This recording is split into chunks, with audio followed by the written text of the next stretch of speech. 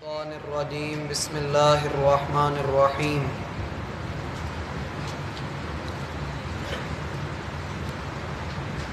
رب ذوالجلال نے اپنے بندوں میں سے سب سے بہترین بندے محمد صلی اللہ علیہ وسلم پر اس قرآن کا نزول فرمایا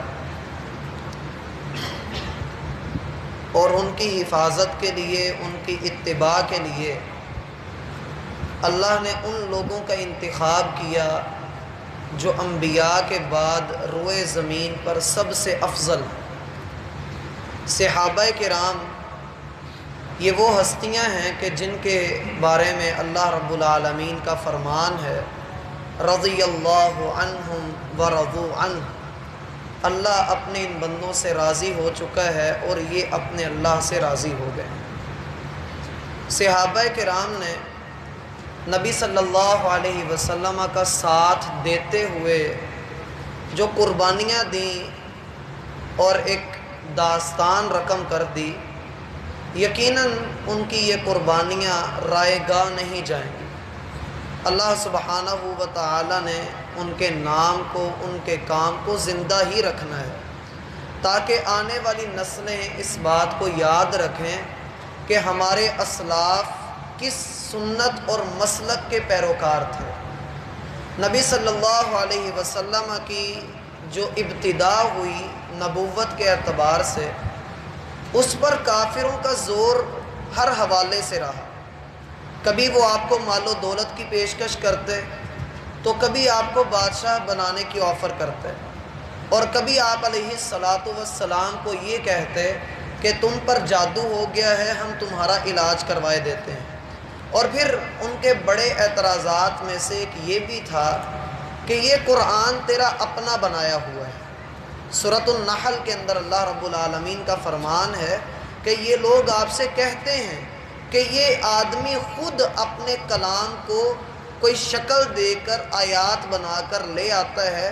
اللہ فرماتے ہیں ھذا لسان عربی مبین، یہ فصیح عربی کے اندر ہم بات کرتے ہیں، تم بھی اس طرح کی کوئی بات کر کے دکھا دو۔ لیکن تاریخ اس بات کی گواہ ہے کہ آج تک کوئی اس کا جواب نہیں لا سکا۔ یہ قرآن بذات خود سب سے بڑھ کر معجزہ ہے۔ اس صورت کے اندر جو سورہ یاسین کی ہم ابتدا کرنے لگے ہیں، اس میں بھی تقریباً انہی باتوں کا اللہ رب العالمین نے بیان کیا ہے۔ سب سے پہلے حصے میں ہم یہ بات پڑھیں گے جس میں ہم کہہ سکتے ہیں کہ نبی صلی اللہ علیہ وسلم کو تسلی دی گئی ہے کہ آپ پریشان مت ہوئیے، اللہ آپ کے ساتھ ہے، آپ کی جو ذمہ داری ہم نے لگائی ہے آپ اس کو بہتر سے بہتر طریقے سے سر انجام دیں۔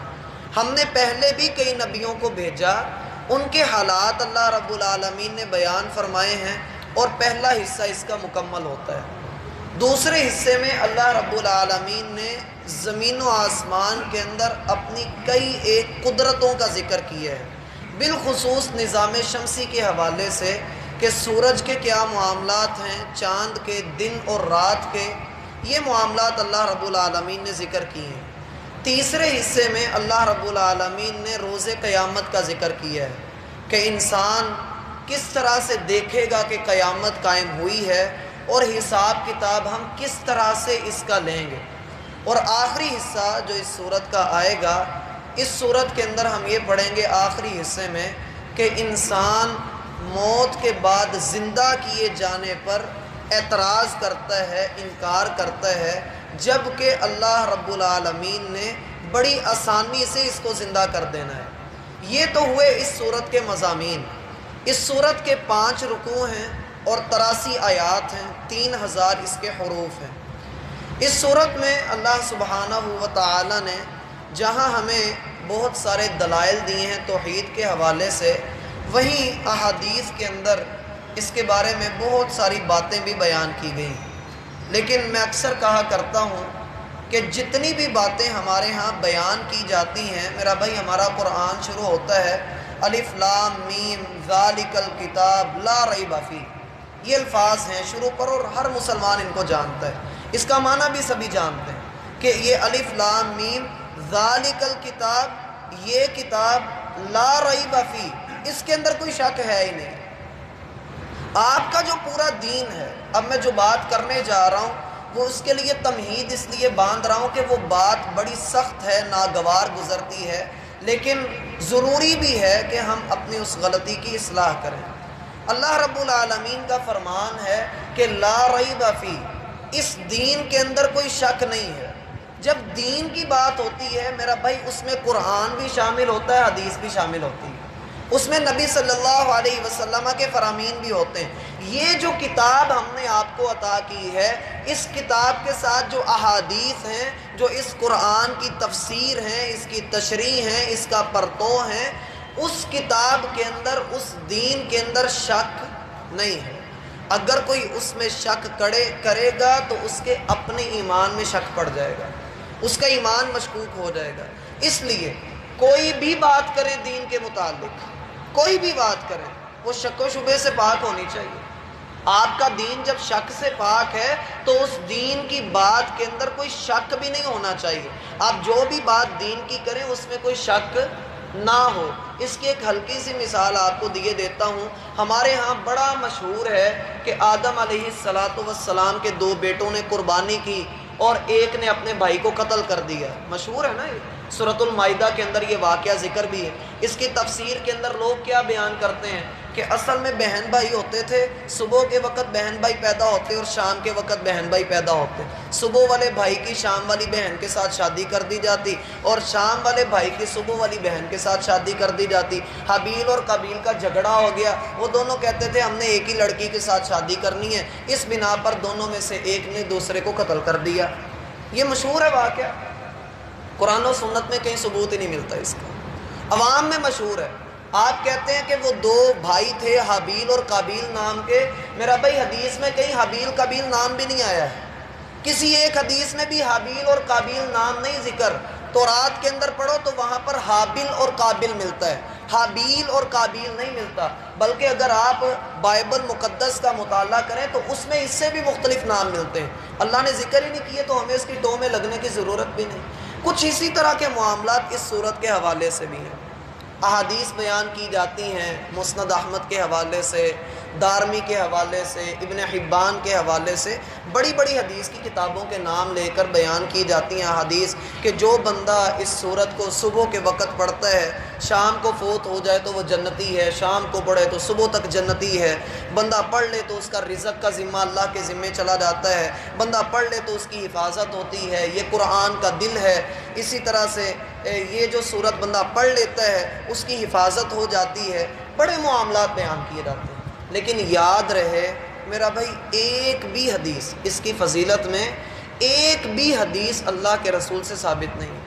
جتنی بھی آتی ہیں، جتنی بھی روایات آتی ہیں، ساری کی ساری ضعیف ہیں، ایک بھی صحیح روایت نہیں ہے۔ ہو سکتا ہے یہ بات بری لگے، لیکن یاد رہے پورا قرآن اپنی فضیلت رکھے ہوئے ہے۔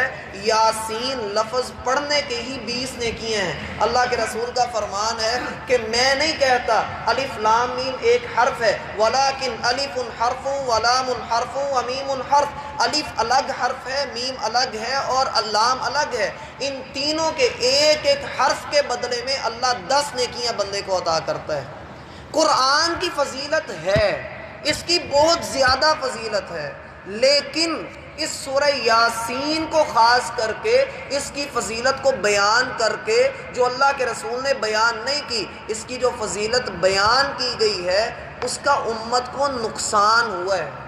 کیا نقصان ہوا ہے؟ شاید آپ لوگ نہ اس چیز کو جانتے ہوں، لیکن میں آپ کے سامنے واضح کرتا ہوں۔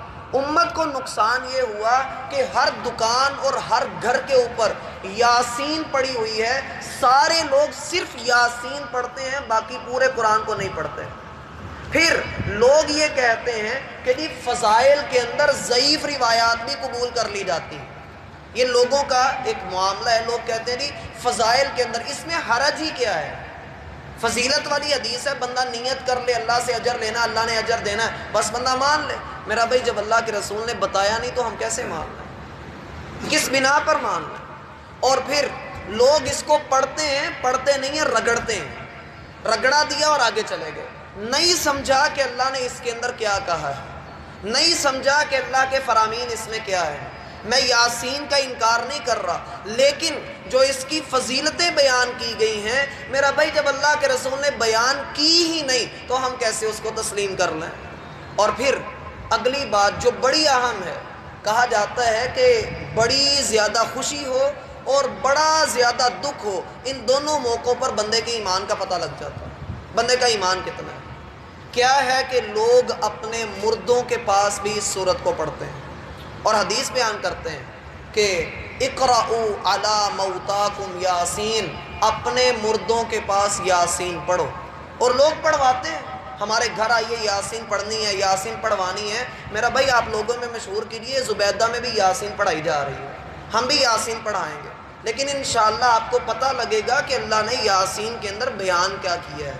ایک تو ہوا اس کا یہ مسئلہ، دوسرا بڑا اہم مسئلہ یاسین نام کا، لوگوں میں یہ مشہور ہے، اقبال کا شعر بھی ہے، وہی یاسین وہی قرآن وہی طٰہٰ، اس طرح کا وہ شعر اس کا آتا ہے نبی صلی اللہ علیہ وسلم کے بارے میں، اور لوگوں نے نام بھی رکھا ہوتا ہے یاسین، اور لوگوں میں مشہور بھی ہے کہ یاسین نبی صلی اللہ علیہ وسلم کا نام ہے۔ اسی طرح جی لوگوں کے اندر یہ مشہور ہے یا نہیں؟ کئی لوگوں کا نام آپ نے یاسین بھی سنا ہوگا۔ اب یہ یاسین کیا ہے؟ اس بات پر تو ساری امت متفق ہے کہ یہ حروف مقطعات میں سے ہے۔ جس طرح سے الف لام میم ہے، جس طرح سے الف لام میم را ہے، الف لام را ہے، کاف ہا یا عین صاد ہے، ایسے ہی یاسین بھی ہے۔ اور یاسین اس کا کوئی معنی تو نکل نہیں رہا ہے، آپ پڑھتے ہیں اس کو اپنی زبان کے اندر، اپنی قرات کے اندر یاسین، اس طرح سے آپ اس کو پڑھتے ہیں، کیا اس کا کچھ معنی علماء نے بیان کیے ہے یا نبی صلی اللہ علیہ وسلم نے یا صحابہ کرام نے؟ تو میرا بھائی اس کا جواب نفی میں ہے، کسی نے بھی اس کا کوئی معنی بیان نہیں کیا۔ پھر لوگ کیوں کہتے ہیں کہ اللہ کے رسول کا نام یاسین ہے؟ کوئی وجہ تو ہوگی۔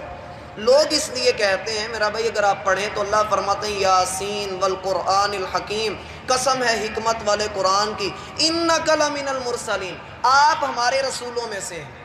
لوگ کہتے ہیں دیکھو اللہ نے مخاطب کی ہے، یاسین پہلے اللہ نے کہا، پھر کہا انکا تو، اس کا مطلب یہ کہ یاسین اللہ کے رسول کا نام ہے، دلیل بن گئی اور ماننے میں بھی آتی ہے۔ میرا بھائی آپ نے کبھی سنا ہے کہ اللہ کے رسول کا نام الف لام میم صاد ہو؟ سنا ہے یہ نام؟ الف لام را اللہ کے رسول کا نام ہو؟ نہیں سنا نا؟ وہ دو صورتیں ہیں، سورۃ الاعراف، سورہ یوسف، دونوں کی ابتدا اللہ کیسے کرتے ہیں؟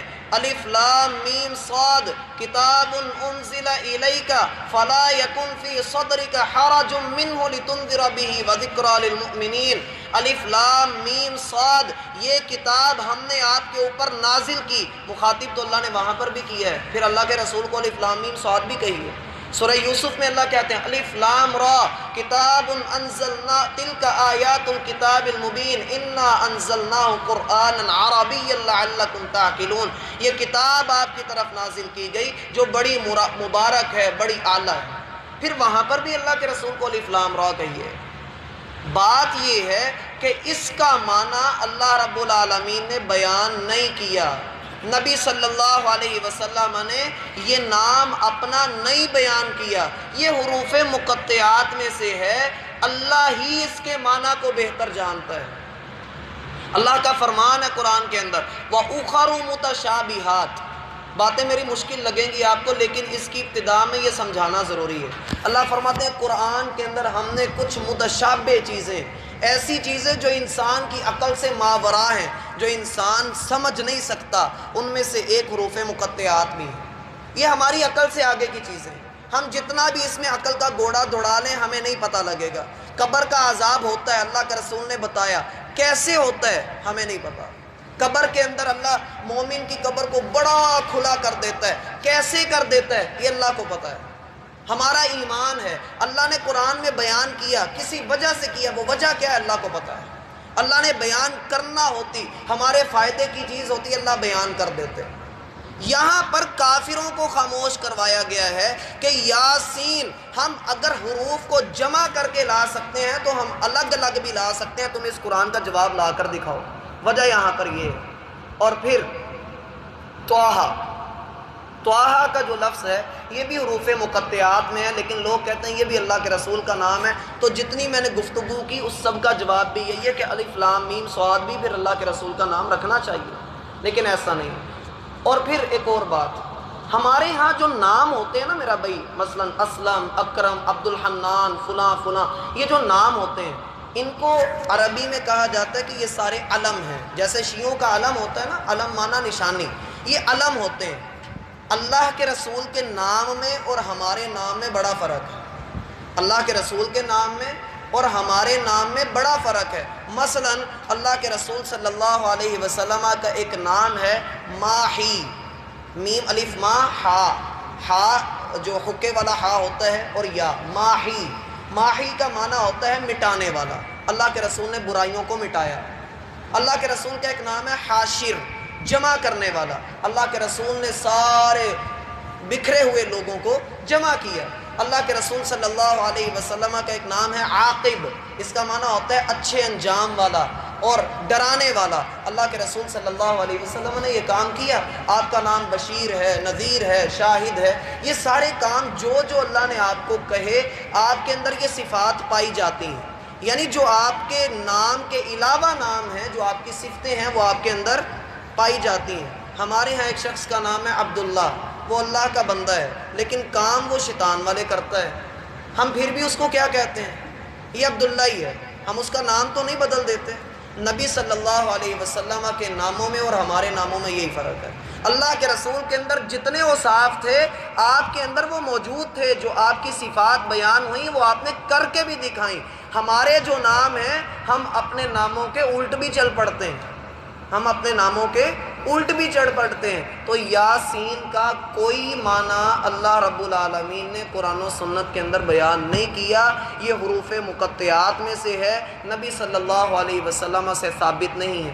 3 باتیں میں نے آپ کو بتائیں، ایک اس کے مضامین، دوسرا یہ کہ اس کی کوئی فضیلت ثابت نہیں، اور تیسرا یہ کہ یاسین نام اللہ کے رسول کا ثابت نہیں ہے۔ اللہ ہمیں سمجھنے کی توفیق عطا فرمائے۔ وما توفیق